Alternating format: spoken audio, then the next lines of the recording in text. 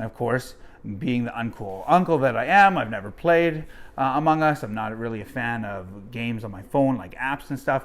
But I know Among Us is very popular with the younger kids these days. And so they were intrigued right away. Hey, my name is Brent here on Cloudy with the Chance of Meeples. Today on the channel, we're going to be looking at another game from FoxMindToysGames, a nice little card game in the same, I guess, universe as another game that I've reviewed recently, in the same universe as Mars Operation. In this one, it's Secret Operation. Players will be working together to create a robot, but not all the players will be on the same team. That is because there is a hacker amongst the rest of the team. And depending on how many players you play, there will be more than one working against the group. And you, as an engineer, are trying to figure out who the hackers are in time to build this robot. Today, we're looking at this small little game, Secret Operation. Let's check it out. Cue the thunder. So the radar overview for Secret Operation, a game in which players will be trying to work together as a team to create a robot. Of course, not everybody on the team wants to create a robot. That is because in the midst of the team, there will be a hacker. Depending on how many players are playing will reflect on how many players will be playing as hackers. Each player will get one identity card at the start of the game, representing if they will be a hacker or an engineer. Of course, as mentioned, engineers, they want to build the robot. The hackers want to sabotage. On your turn, turns are pretty simple. Every player gets a set of 3 cards, and you will be either playing a card on one of the 4 areas of the robot. If you don't have a card you want to play, you can then just discard a card to a discard pile and draw a new one, or you can play a block card on a player in front of a player to block their turn because you believe they, in fact, are a hacker. So how does this work? Well, each of the different parts of the robot show what cards are needed. So to build the robot head as a team, you must play an energy, a mechanics, as well as an electronic card.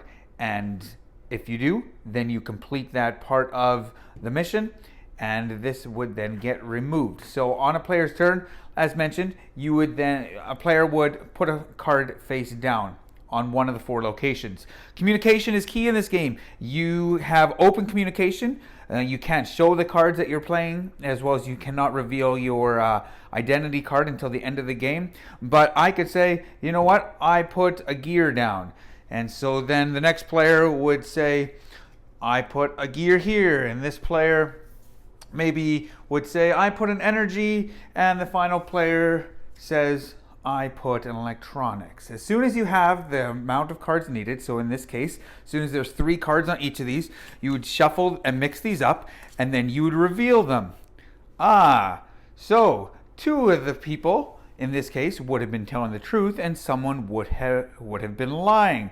Apparently, that would have been the hacker. Of course, I'm doing this kind of randomly, but that's showing you what exactly happens. As soon as you have the cards needed, you resolve them. If it's correct, that part of the robot gets removed, and you continue going until you have the whole robot built, or you run out of this deck. And of course, this was a failed kind of operation. You would discard these cards, and you would have to start again. So again, you continue going around the table. Let's say I end it here. So this person puts a card here, and they put one here, and this player puts one here as well. So let's see. This is totally random. Let's see what would have happened at that point. Again, a block card. So that would have been a failed mission. So you win as a team if you can complete all 4 of these robot parts. You fail as a team if you go through this whole deck as well as all the cards and you have not finished the robot. At that point, you then reveal these cards. There was the hacker. And then you either, again, win as a team, or you lose as a team and the hackers win. So that is how you play Secret Operation. Find the hacker. Let's check out the final forecast. So the final forecast for Secret Operation, a social deduction game, a light social deduction game for 4 to 10 players plays in about 15 minutes for ages 10 and up.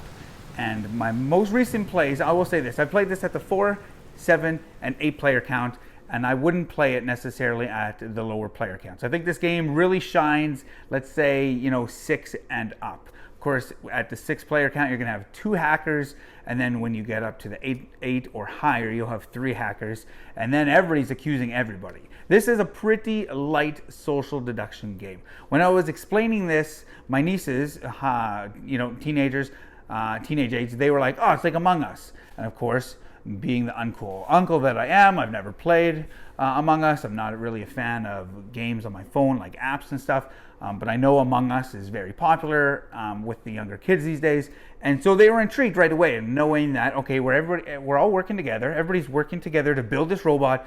But some of us are actually traitors trying to sabotage the endeavors of everybody on the team. And so they were intrigued and handed out the cards and just started playing. And we played around, and we played again, we played again, and we played again. And, everybody was just so captivated in this small little game. This is a pretty light social deduction game. Reminds me a little bit of Resistance or like Saboteur, just a small little game. I believe in Resistance there's considerably more strategy. There's not much in this one. Well, there is. As the hacker, you're trying to, obviously sabotage, and you gotta kind of play your cards right, or have a really good poker face when discarding cards, saying, I don't have anything that was already put down, or I don't have anything that is needed, only what's already been put down. And so as a hacker, you're gonna have to really have a good, poker face, and so you can bluff. My son, not very good at that. And that's all right. He's only 8, so he didn't really get the whole concept of the whole bluffing. So when he was the hacker and he put a card down and he said whatever it was, and we revealed it, he started laughing. He burst out laughing. So we obviously knew he was the hacker. But as a dad, I don't think that's a problem because, why should I be mad that my son can't lie? Like, maybe I'm being a good dad. I don't know. But we enjoyed this one. You're going to have a pretty good memory because people are putting cards down, and then you're going to have to talk as a team like, hey, what do we need on this one? What do we need on that one? And with so many players, you just have to not memorize, but you have to really pay attention and listen. And, it's just, I don't know. We enjoyed this one. As the hacker, you're not going to really want to help the team because they only have 4 parts to make. And if you're helping the team, yeah, you might be able to throw yourself off a little bit, but you may run out of time. And I think it's kind of tense in that sense when you're the engineer because you only have that one deck of cards. When you're playing at a high player count, you got like 60 or 70% of the cards already in the hands of people. And so you have to be careful, on how many times you're going to fail doing a different body part of that robot. I don't know. We enjoyed that one. I played it, again, the 4, 7, 8 player count. Higher player counts is considerably more fun, especially for hackers to blend in a little bit more. If you're looking for a light social deduction game, this would be it. If you're looking for something more in depth, this is definitely not it. If you're looking for deep strategy in a social deduction game, you're not going to find it here. But for those just getting into the hobby or new to the whole social deduction genre, I think this is a good one to start with because it's a lot of fun. It takes a few minutes. You'll play a few rounds back to back, and it travels light. And so yeah, that is Secret Operation. I'm going to give it a 70% chance of meeples because I think it's a solid game. I enjoyed it. So 70% chance of meeples, Secret Operation. My name is Brent. Check us out on Facebook, Cloudy with the Chance of Meeples. Remember, grab your umbrella. The forecast is cloudy with a chance of meeples.